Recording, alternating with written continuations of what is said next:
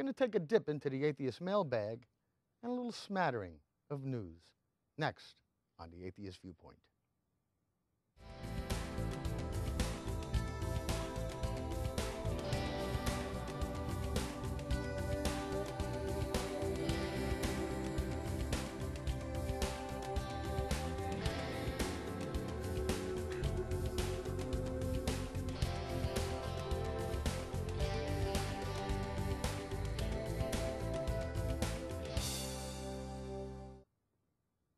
Hi, I'm Ron Barrier, the host of the Atheist Viewpoint, and welcome to another episode brought to you by American Atheists Incorporated. And you can find out more about American Atheists by checking us out on the web at www.atheist.org. A lot of information there for those of you who have doubts or have rejected supernaturalism outright. You also can subscribe to newsletters, get all sorts of information, and find out where a local atheist get-together is happening in your town. Anyway, today's show, I'm going to take a little dip into the mailbag. There was one interesting little letter that I thought would be a lot of fun to read on the air, and we have a little bit of news coming out of where else but Louisiana. So let's get to this letter. Now, let me preface it this way. We, of course, being atheists, we do get a lot of letters from believers.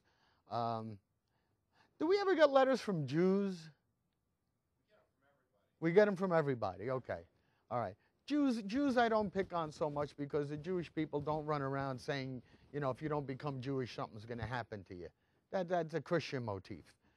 But most of the mail that we get from Christians who are and I'm not sure what their motivation is, whether they're trying to show us the error of our ways or trying to convert us to Christianity or whatever. But they're usually either filled with a lot of obscenities or a lot of threats. You know, like our God is going to get you, you know, just wait till you drop dead and then you're going to find out. Oh, you know, and pretty crazy things like that. We got a letter here on June 14th, which was a little crazy, but not as bad because it was a personal testimony. So I'd like to share it with you right now. And this was written by I'm imagining it's a male, a Mr. Machona Dliwayo, Dliwayo. Sounds almost African, if I'm not sure. Could be Nigerian because the Nigerian Christians are the most fanatical, and the ones who, you know, they come over here, their ministers are some of the most corrupt in the world. But anyway, he prefaced his little letter, which actually is a testimony, by saying, "Below is my testimony that God is real." Now keep that phrase in mind. This is going to be his testimony to show us that God is real. So I'm sitting on pins and needles here. If what I have emailed you is a lie, then I am a liar. Perhaps I'm a lunatic. But I know I'm not all these things. Therefore, God is real. As if somehow that's evidence. The time is approaching when you will see these things come true. So I will keep this email as evidence. Again, the little bit of the veil threat, the time is approaching, you know, and if you don't come around to my way of thinking, something may happen to you. Warm regards, Machona Dliwayo. And here's what he writes. Let it be known that on the 12th of December, 2007, I was alone walking through the park, and while I was contemplating giving up on life, an angel of the Lord came and spoke to me. The angel told me not to be afraid and not to lose hope or sight. It comforted me, and I guess the angel comforted me and told me, not in these words in parentheses, that one day I would become a billionaire and more. The angel spoke not as men speak. It spoke in what I can only describe as an advanced form of telepathy. Because I alone heard it, though there were people going on about their business everywhere around the park and cars on the road. The angel's voice was as Daniel described in Daniel 10, verse 6, like the sound of a multitude. The angel represented Christ, and if all that I have written is true, then all that it said will come true. I have written this so men may be witnesses, and when it does happen, none can doubt the existence of God, so that none can deny his power. This is a testimony of Machona de Loeo. May whoever read this be a witness that I have signed this on June 14th, 2011. So now he's relating an incident that occurred to him 4 years prior. We're going to go over it now, line by line. He says he was walking alone through the park while he was contemplating giving up on life. Now, I'm sure all of us have those moments where we're alone, we're contemplating what is life about, why are things so difficult? Life has many uncertainties in it. There are ups and downs, and there are many, many, many things we cannot control about life. The difference between the atheist and the theist is that the atheist recognizes this imbalance, recognizes that nature is not fair, that nature plays no favorites, and life is cruel. However, there's a theist that seems to have a real problem dealing with the life that they claim their God gave them. So he's walking through the park alone, and this angel of the Lord came and spoke to him. Now, I don't know if the angel had an ID, like he worked for Con Ed or one of the basic utilities or something like that, but this gentleman assumed that this voice that he heard, because he says an angel visited him, but later on he only described that he heard a voice, was a representative of the God he believes. Now the angel told me not to be afraid and not to lose hope or sight. All right, don't be afraid is good advice. But then again, fear is useful. You see fire, you don't stick your hand in it. Why? Because you're afraid you're going to get burned. So, fear plays a very good role in our survival techniques that we use to navigate this life. Excuse me. And he said the angel told him not to be afraid, not to lose hope, and it comforted this writer. And the angel told him that one day that he would become a billionaire and more. Now, if being a billionaire is the only thing that would prevent you from losing hope in life, if being a billionaire is what you would consider a great blessing from your God, then I would have to say that's a pretty cheesy and lowbrow approach to take to living, that your God is nothing more than doling out lottery tickets, and one of them has your name on it, and therefore because you're going to get $1 billion, your God is real. That's rather pathetic and sad. Now, again, he says the angel didn't speak as men speak, and spoke in what I can only describe as an advanced form of telepathy. Now, if this Mr. Machono would like to explain to us what's the basic form of telepathy first, then we might have some sort of a framework to understand what he means by an advanced form of telepathy, because I wouldn't understand what the advanced form is over the basic form. And it was advanced because the writer alone heard it. And even though he was alone in the park, apparently there were people going around about their business everywhere in the park and cars on the road. So I question his grasp of what it means to be alone. I could be sitting alone in a park somewhere and people be around, but, at least let you know you're in a busy park.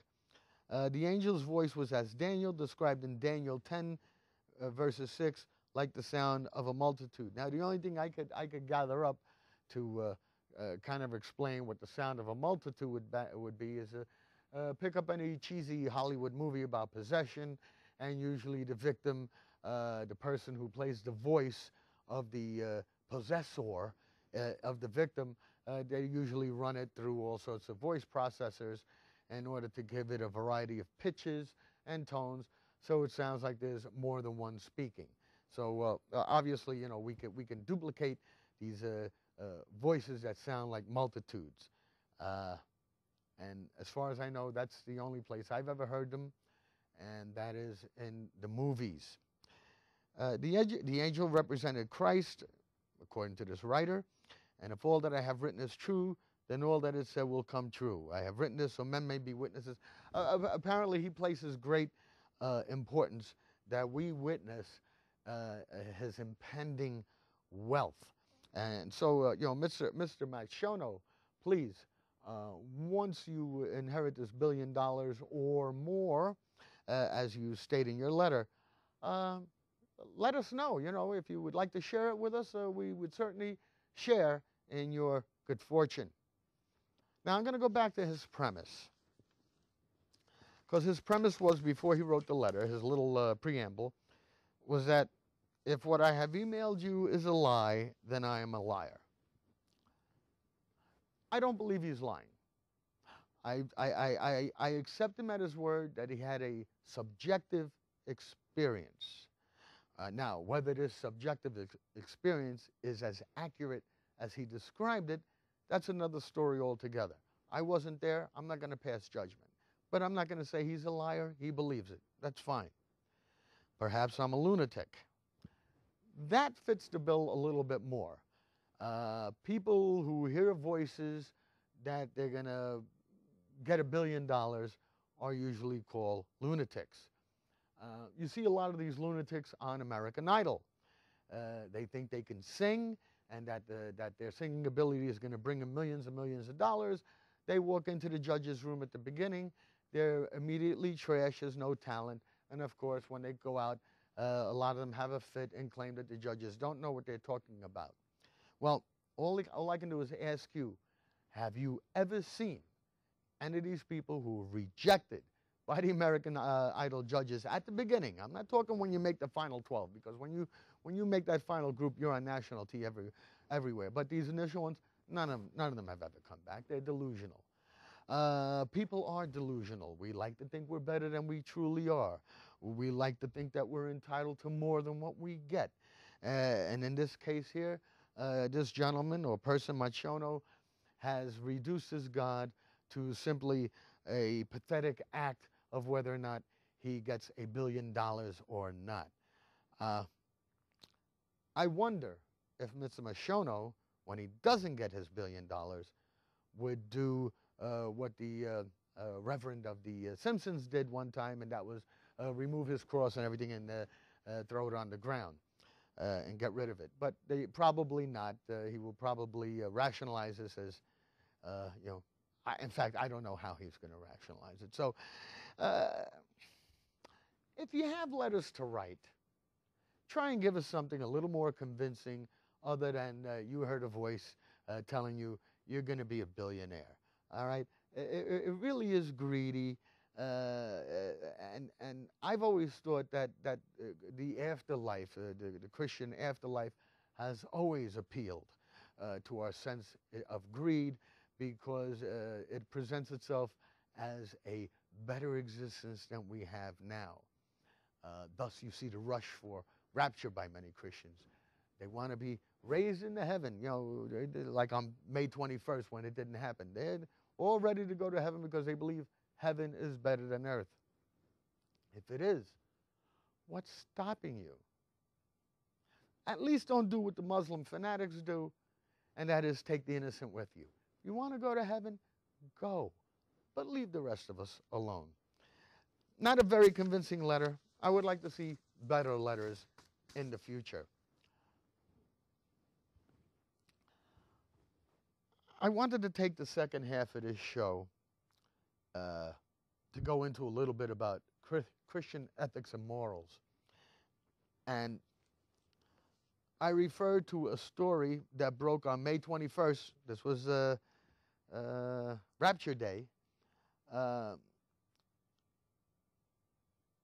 In Louisiana, it seems that Damon Fowler, a 17-year-old senior attending Bastrop High School in Louisiana, he wrote a letter to his principal to protest a Christian prayer being held at his graduation ceremony. Rightfully, he feels that it is an infringement on his First Amendment rights and his right to the separation of church and state. He certainly does demand props for letting his principal know, under no uncertain terms, that the ACLU would be contacted if the prayer wasn't canceled. Now, this is a graduation ceremony in a public school funded by public tax dollars. And I really don't care if the whole city is Christian, all right? The Bill of Rights, rightfully so, outlaws mob rule when it comes to religion. The mob cannot dictate to the minority what they should or should not say or do with reference to religion. The mob has no right to dictate to one person, okay, what they should do. The grandest mob of all, the Vatican in Rome, tried doing that for 1,000 years in Europe, and it didn't work. But yet, Christians over here in this country insist that, well, we're the majority, so therefore you have to go along with the majority. Well, all I have to say about that is you may be the majority now, because Islam is a very big growing religion, and certainly atheists are concerned about it, and atheism is growing. And I think Christianity should be concerned about both groups. And that's good, because once atheism becomes a majority, then you can pray in your churches, you can pray in your homes, and yeah, you can even gather on and pray on the corners, on the street corners, so that other men may see you, like they do at the see you at the poll thing. There's nothing even remotely sincere or moral or ethical or religious pure about the see you at the poll event every September at the public schools.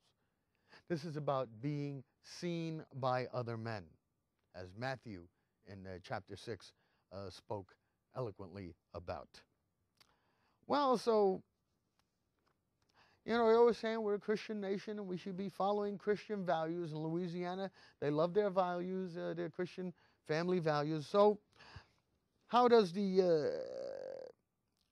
the students react to this young man standing up for his rights?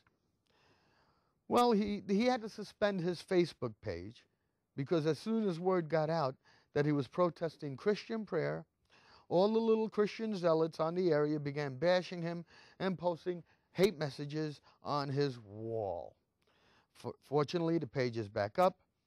He's not going to let these anti-democratic jerks, and I am quoting the author of this article, Chelsea Hoffman, in Gaither Politics, prevail. To make matters worse, his senior class night, and this is a senior class night after the graduation, turned into a mockery against his beliefs when all of the offending classmates broke out in a prayer and a religious revival right in front of him at his senior prom.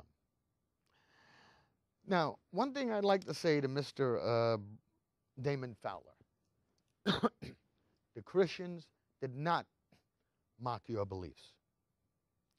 So don't for 1 minute think that by the Christians engaging in these students, these immature brats, engaging in prayer or song at the senior after party because of you were mocking your beliefs. They were not. They were mocking their own beliefs. They proved you absolutely correct. Because this is what Christians do. Once they get into this bullying mode, because if somebody doesn't care for their beliefs, they go into this type of bullying mode and they try to do everything to force you. They are, in fact, mocking their very own faith, their very own beliefs. And so I stand with Damon Fowler, and I say it's a good thing you got them to act like the ignorant religious fools that they are. And of course, I'm going to say something about the adults in this public school who did nothing, did absolutely nothing to show these little Christian zealots maturity, fairness, honesty, and respect for the law. I guess those four things they don't teach in Louisiana public schools. Well, all I know is I want to follow the story, and I really hope that, in fact, he does sue the school. And for these other Christian little students, you're no better than the Taliban, who mock their own Islamic faith by behaving like barbarians and savages. And that's what these kids did at this school, was behave just like barbarians and savages. You wait, because of the Equal Access Act that Bill Clinton signed in 1993. Now, this was a bill that was crafted and put together by Christian interests in order to allow them to conduct prayer in the public schools. This, again, was in response to the Abingdon Township, the Murray versus Collette school prayer Supreme Court decision of '63, which effectively outlawed organized prayer in the schools or by having teachers lead students in prayer. What that ruling did, and what a lot of these Christian zealots and the mature, I use the term loosely, but the adult barbarians who goad these children, is that the Murray decision made the public schools an equal, level playing field for all children from all philosophical views, whether they are based in supernaturalism or not, to be able to go to a school free of being harassed by supernaturalists so that you can learn those basic things that have to do with real life. The reading, the writing, the grammar, understanding the classics, mathematics, science. You know, these are the things that our students need to compete on the world stage. And the continuing erosion of the public schools by these religious fanatics is resulting in our children on the world stage becoming more and more irrelevant. I mean, we're rated like 26 now in the world in industrialized nations for science and math. It's predicted that China is going to pass us within the next year and a half in scientific research. We see our students leaving or trying to get switched out of classes because there are Asian students in the classes who raised the learning curve so high that our own students cannot compete with them. Now, what the Equal Access did was led to this whole philosophy of student-led and student-run, which is just a euphemism for majority rules, okay? Religion in the United States should never, ever be a majority rules issue, or else we're no better than a fascist state. So, Damon Fowler, hats off to you. Machono, I hope you get your $1 billion. Take some time when you're on the computer, check out www.atheist.org and read up on the American Atheist Organization, one of the oldest free thought organizations in the United States. You're going to find out you're not alone. You're going to find out we have a lot of activities going on, from our annual convention to many, many local meetups and other get-togethers, so that you can share your views with other people like you who are rational, intelligent, and dismiss supernaturalism for the falsehood that it is. So, on behalf of American Atheists and the President David Silverman and my co-host who's not here, Dennis Horvitz, I'm Ron Barrier, and good night.